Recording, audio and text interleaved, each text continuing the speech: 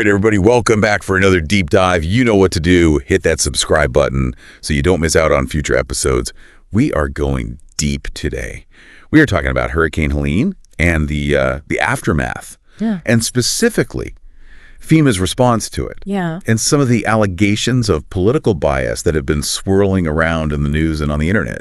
So we've got some really interesting sources to look at today. We've got a New York Times article, we've got a Daily Wire article, and we've got some statements straight from FEMA themselves. Right. So let's just jump right into it. Let's do it. Hurricane Helene obviously wreaked havoc, and as often happens, the political blame game starts almost immediately. So the New York Times published a fact check pretty early on that was pushing back against President-elect Trump's claim that FEMA was neglecting Republican-leaning areas in its relief efforts. Okay. And the Times was basically saying his accusations were baseless. But then the Daily Wire comes out with this report.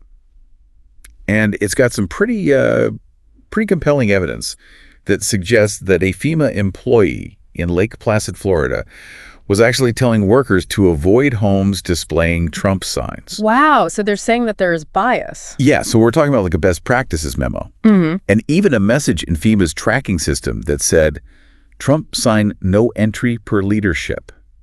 Oh, wow. So it's like pretty damning stuff. Yeah, that's pretty specific. That's not just like somebody's, opinion or whatever. It's like there's some sort of paper trail. Exactly. And to make things even more interesting, FEMA Administrator Dean Criswell actually confirmed the incident. Okay. So she released a statement saying, yeah, this happened, this directive was given, and it's a clear violation of FEMA's principles, and the employee has been terminated. Wow. So, what do we even make of it? So what's the fallout been for FEMA then? Well, they've been doing a lot of damage control. They're emphasizing their commitment to helping all Americans in need, regardless of political affiliation. But these things go. Once that genie's out of the bottle, it's tough. And now the House Oversight Committee is launching an investigation into FEMA. Okay. Which, they've got the power to investigate government agencies, so they're going to try to get to the bottom of this. See if there's a larger pattern. Yeah, is this just like a one-off bad apple situation? Or is there something more systemic going on? And here's where I think it gets even more crazy. The New York Times, after all this comes out, they haven't issued a correction. Oh, wow. Or an update to their original fact check. So they're sticking to their guns then. It seems that way. And I don't know what to make of it. It just seems strange. Well, I mean, you can kind of see both sides of it, can't you? Yeah. Like, you want news organizations to be accurate, but you also want them to maintain their credibility. Sure. And, issuing a correction. Right. That's a big deal. Yeah, it could make them look bad. Yeah, exactly. But then again, if they're not acknowledging new information, then that doesn't look good either. It erodes trust. Yeah. Yeah, so it's like it's a tough one. A real dilemma. Yeah.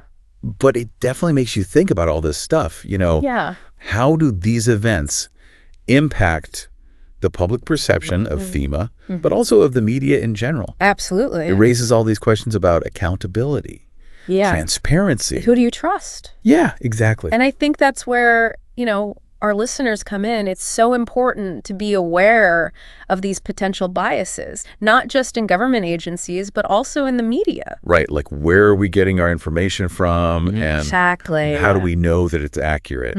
So, what's the big takeaway here? I think the big takeaway is vigilance, We have a responsibility as citizens to be informed, to question what we read and hear, and to hold both the government and the media accountable. Especially when it comes to something like disaster relief. Yeah, where aid should be, distributed fairly. Should be impartial to everyone. Man, this is a lot. Yeah. It is. It's a lot to process. It's a lot to think about. So what safeguards can we even put in place to make sure that aid distribution remains apolitical?